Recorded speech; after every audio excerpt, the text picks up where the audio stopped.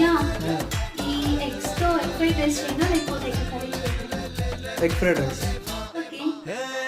నిదుర దాటి కలలే పొంగే పెదవి దాటి పిలుపే పొంగే అదుపు దాటి మనసే పొంగే నాలో గడప దాటి వలపే పొంగే చెంప దాటి ఎరుపే పొంగే నన్ను దాటి నేనే పొంగే నీ కంటే ఊసలు రంగులవో నువ్వు రెక్కలవో నువ్వు దిక్కులవో నువ్వు నా ఆశకి తుంటెదవో నువ్వు తుంటరివో నువ్వు తొందరవో నువ్వు నా ఇడుకి విద్య టేస్ట్ చేసి ఎలా ఉందో చెప్పు.